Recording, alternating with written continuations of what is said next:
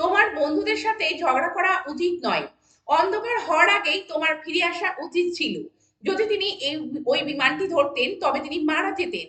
চেষ্টা করলে সে পরীক্ষায় উত্তীর্ণ হতে পারত। এই সেন্টেন্সগুলি কত সহজে আমরা শুড হ্যাভ, উড হ্যাভ এবং কুড হ্যাভ ইউজ করে সহজেই আমরা একে অপরকে বলতে পারি, বা শুড হ্যাভ, উড হ্যাভ এবং কুড হ্যাভ কোথায় আমরা ইউজ করতে পারি তা আজকের ক্লাসের মাধ্যমে আমরা দেখে নেব। তো welcome everybody, welcome to my channel টুসিস ইংলিশ কোচিং। সবাইকে বলবো প্রথম থেকে ক্লাসটি মনোযোগ সহকারে করতে।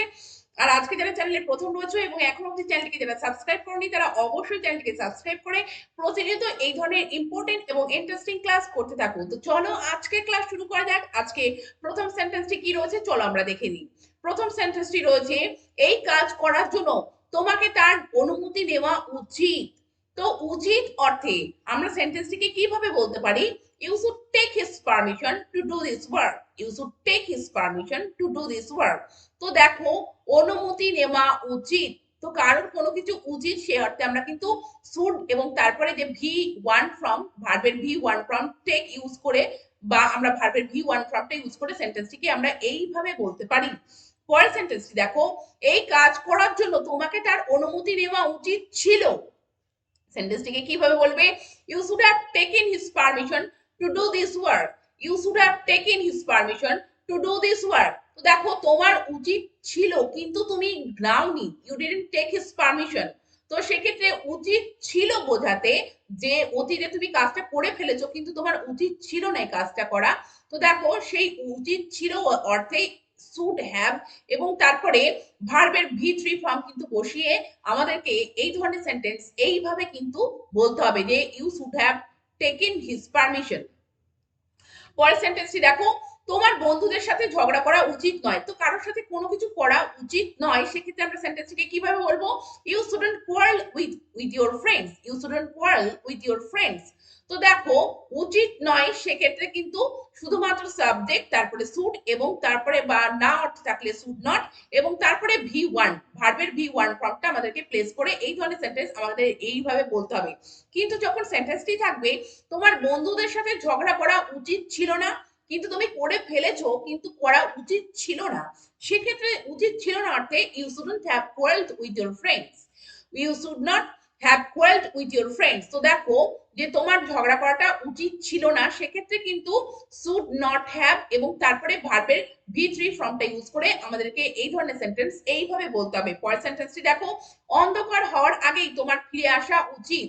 তো তোমার ফিরে আসা উচিত, কেউ কেউ কাউকে বলছে যে তোমার এটা করা উচিত, সেক্ষেত্রে কিভাবে বলবে? You should come back before dark. You should come back before dark. তো ফিরে আসা উচিত, কিন্তু পরের সেন্টেন্সটি দেখো, অন্ধকার হওয়ার আগেই তোমার ফিরে আসা উচিত ছিল কিন্তু তুমি ফিরে আসোনি। উচিত ছিল কিভাবে সেন্টেন্সটিকে বলবে? You should have come back before dark. You should have come back before dark. তো দেখো, কিন্তু কি তুমি ফিরে আসোনি, you didn't come back before dark. তো উচিত ছিল সেক্ষেত্রে কেন, কিন্তু দেখো, এই দেখো শুড হ্যাভ এবং তারপরে ভার্বের যে ভি থ্রি ফর্ম কাম কেম কাম, এখানে কিন্তু কামটা যে প্লেস করা হয়েছে এটা কিন্তু ভি থ্রি ফর্ম ইউজ করে লেখা হয়েছে যে you should have come back before dark. পরের সেন্টেন্সটি দেখো, তোমার গরিবদের সাহায্য করা উচিত। কেউ কাউকে উপদেশ দিচ্ছে, সেক্ষেত্রে উচিত অর্থে আমরা কিভাবে বলবো? You should help the poor. You should help the poor. কিন্তু সেন্টেন্সটিতে যখন থাকবে তোমার গরিবদের সাহায্য করা উচিত ছিল কিন্তু তুমি করনি, কাজটি করনি, সেক্ষেত্রে উচিত ছিল অর্থে সেন্টেন্সটিকে you should have help the poor এইভাবে বলতে হবে। You should have help the poor. তো উচিত ছিল কিন্তু তুমি করনি, you didn't help the poor. তো সেক্ষেত্রে দেখো, উচিত ছিল অর্থে শুড হ্যাভ এবং তারপরে ভি থ্রি ফ্রম হেল্পের হেল্প, এইভাবে কিন্তু সেন্টেন্সটিকে আমাদেরকে বলতে হবে। পরের সেন্টেন্সটি দেখো, তিনি সেই কাজটি করতে পেরেছিলেন। তো এখানে দেখো পারা ব্যাপারটি রয়েছে। তো পারা ব্যাপার আসলে আমরা আমরা মনে রাখতে পারি যে ক্যান দিয়ে আমাদেরকে বলতে হবে, কিন্তু সেন্টেন্সটিকে আমরা কিভাবে বলবো? He could do that work. He could do that work. তো তিনি কাজটি করতে পারেন, তাহলে he can do that work.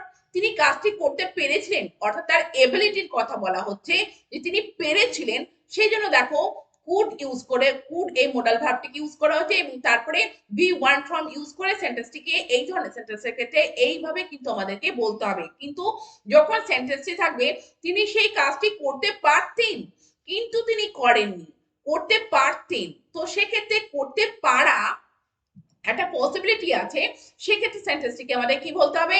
He could have done that work. He could have done that work মানে তিনি কাজটি করতে পারতেন, অর্থাৎ তিনি যদি চেষ্টা করতেন, if he had tried he could have done that work, তিনি কাজটি করতে পারতেন। তো সেই জায়গায় দেখো কুড হ্যাভ ইউজ করে এই ধরনের সেন্টেন্স আমাদেরকে এইভাবে বলতে হবে। এবং কুড হ্যাভ এর পরে V3 ফর্ম কিন্তু সবসময় আমাদেরকে ইউজ করতে হবে, তো এখানে ডান ইউজ করা আছে। পরের সেন্টেন্সটি দেখো, তিনি সবাই যোগ দিতে পারতেন, অর্থাৎ তিনি যদি চাইতেন তো তিনি সবাই যোগ দিতে পারতেন। তো এই কথাটা আমি তিনি যদি চাইতেন এটি না বলে, কন্ডিশনালে না গিয়ে আমরা যদি শুধুমাত্র এইটুকু সেন্টেন্স আমরা ইংলিশে বলতে চাই, সেক্ষেত্রে আমরা কিভাবে বলবো? He could have attended the meeting. He could have attended the meeting, কিন্তু কি তিনি কিন্তু মিটিং এ যোগদান করেননি, তাই তো? He did not attend the meeting. কিন্তু যদি তিনি চাইতেন, ইফ হি ওয়ান্টেড বা if he had wanted he could have attend the meeting, তিনি কিন্তু সবাই যোগ দিতে পারতেন। এখানে কিন্তু এবিলিটির কথা বলা হচ্ছে না, এখানে পসিবিলিটির কথা বলা হচ্ছে, কিন্তু এটা তিনি চাইলে এটা পারতেন। তো সেই পারা, অতীতে পারা, সেক্ষেত্রে কিন্তু কুড হ্যাভ অ্যাটেন্ডেড অর্থাৎ কুড হ্যাভ এর পরে V3 ফর্ম ইউজ করে আমাদেরকে এই ধরনের সেন্টেন্স এইভাবে বলতে হবে। পরের সেন্টেন্সটি দেখো, চেষ্টা করলে সে পরীক্ষায় উত্তীর্ণ হতে পারতো, অর্থাৎ দেখো কন্ডিশনাল সেন্টেন্স, যদি সে চেষ্টা করতো তাহলে সে পরীক্ষায় উত্তীর্ণ হতে পারতো। সেন্টেন্সটিকে কিভাবে বলবে? If he had tried he could have passed the exam. If he had tried he could have passed the exam. তো দেখো কন্ডিশনাল সেন্টেন্সের ক্ষেত্রে ইফ এর ইফ ক্লজের পার্টটি যদি পারফেক্টে থাকে তাহলে পরের পার্টটিও কিন্তু আমাদেরকে পারফেক্টে লিখতে হবে। তো পারফেক্টে দেখো কুড হ্যাভ পাস্ট, এইভাবে কিন্তু সেন্টেন্সটিকে লেখা হচ্ছে। তো সে চাইলে কিন্তু পারতো, এই যে পসিবিলিটি ব্যাপারটা রয়েছে তার জন্য কিন্তু কুড হ্যাভ পাস্ট আমাদেরকে এইভাবে কিন্তু সেন্টেন্সটিকে বলতে হবে। পরের সেন্টেন্সটি দেখো, তোমাকে দেখলে সে চিনতো। তো তোমাকে সে দেখেনি, তার জন্য চিনতেও পারেনি। তো দেখো তোমাকে দেখলে সে চিনতো, কিভাবে বলবে? If he had seen you he would have recognised you. If he had seen you he would have recognised you. তো দেখো if he had seen you, যদি তিনি তোমাকে দেখতেন তাহলে কি হতো? He would have recognised you, তাহলে সে তোমাকে চিনতে পারতো। এই যে চিনতে কিন্তু ব্যাপারটা কিন্তু ঘটেনি আদতে, সেক্ষেত্রে আমরা কিন্তু উড হ্যাভ ইউজ করে এই ধরনের সেন্টেন্স আমাদেরকে এইভাবে বলতে হবে, এবং উড হ্যাভ এর পরে V3 ফর্ম ইউজ করে সেন্টেন্সটিকে লিখতে হবে বা বলতে হবে। পরের সেন্টেন্সটি দেখো, আপনি যদি তাকে বলতেন তিনি আপনাকে সাহায্য করতেন, কিভাবে বলবে? If you had told him he would have helped you. If you had told him he would have helped you. তো দেখো আপনি যদি তাকে বলতেন, if you had told him, তাহলে কি হতো? তাহলে সে বা তিনি আপনাকে সাহায্য করতে পারতেন। He would have helped you, সাহায্য করতেন, নট পারতেন। পারা ব্যাপারটা থাকলে সেখানে কিন্তু কুড হ্যাভ থাকবে, কুড হ্যাভ হতো, কিন্তু এখানে আছে উড হ্যাভ, অর্থাৎ সাহায্য অতীতকালে বলা হচ্ছে। তাহলে অতীতে কি করতে পারতো? সে তাকে সাহায্য করতে পারতো, সেই ব্যাপারটার জন্যই কিন্তু উড হ্যাভ ইউজ করে এইভাবে সেন্টেন্সটিকে, এই ধরনের সেন্টেন্সটিকে আমাদেরকে লিখতে হবে বা বলতে হবে। পরের সেন্টেন্সটি দেখো, যদি তিনি ওই বিমানটি ধরতেন তবে তিনি মারা যেতেন, কিভাবে বলবে? If he had caught that plane he would have died. If he had caught that plane he would have died, কিন্তু তিনি আদতে মারা যাননি। তো অতীতকালে ভবিষ্যতের ব্যাপারটা বলা হচ্ছে যে যদি তিনি ধরতেন প্লেনটি বা বিমানটি তাহলে তিনি কি মারা যেতেন। তো সেক্ষেত্রে দেখো উড হ্যাভ ডাইড অর্থাৎ উড হ্যাভ ইউজ করে সেন্টেন্সটিকে, এই ধরনের সেন্টেন্সকে আমাদেরকে এইভাবে বলতে হবে। পরের সেন্টেন্সটি দেখো, যানজটে আটকে না থাকলে যথাসময়ে আমি অফিসে পৌঁছে যেতাম, কিন্তু আমি অফিসে যথাসময়ে পৌঁছতে পারিনি, ব্যাপারটা অতীতকালের কথাই বলা হচ্ছে। সেক্ষেত্রে যদি আমি যানজটে আটকে না থাকতাম তাহলে কি আমি যথাসময়ে অফিসে পৌঁছে যেতাম। তো কন্ডিশনাল সেন্টেন্সের ক্ষেত্রে আমরা কিভাবে বলবো? If I was not Starc in traffic jam I would have reached the office on time. If I was not stuck in traffic jam I would have reached the office on time. তাহলে আমরা সঠিক টাইমে কিন্তু অফিসে পৌঁছে, আমি সঠিক টাইমে অফিসে পৌঁছে যেতাম। তো দেখো অতীতকালে ভবিষ্যতের কোনো কথা বলতে এই যে যেতাম, করতাম, তো সেক্ষেত্রে উড হ্যাভ ইউজ করে আমাদেরকে এই ধরনের সেন্টেন্স কিন্তু এইভাবে বলতে হবে। তো এই সেন্টেন্সটিকে আমরা এইভাবে বলতে পারি, had I not been stuck in traffic, had I not been stuck in traffic I would have reached the office on time. তো দেখো এখানে কিন্তু ইফ এর পরিবর্তে আমরা এই ধরনের সেন্টেন্সগুলি ইফ এর পরিবর্তে কিন্তু আমরা হ্যাড ইউজ করে বলতে পারি। সেক্ষেত্রে আমাদের কিন্তু হ্যাড আই নট বিন এইভাবে কিন্তু বলতে হবে। তো বিন শব্দটিকে নিয়ে আসতে হবে। Had I not been stuck in traffic I would have reached the office on time. সঠিক টাইমে কিন্তু আমি অফিসে পৌঁছে যেতাম।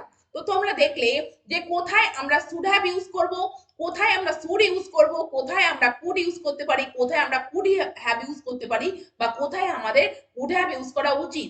তো এই ধরনের সেন্টেন্সগুলি তোমরা ট্রান্সলেট করার সময় বা একে অপরকে বলার সময় অবশ্যই শুড হ্যাভ, কুড হ্যাভ এবং উড হ্যাভ সঠিকভাবে জেনে একে অপরকে বলতে থাকো এবং লেখায় তোমরা এগুলো প্রয়োগ করতে থাকো।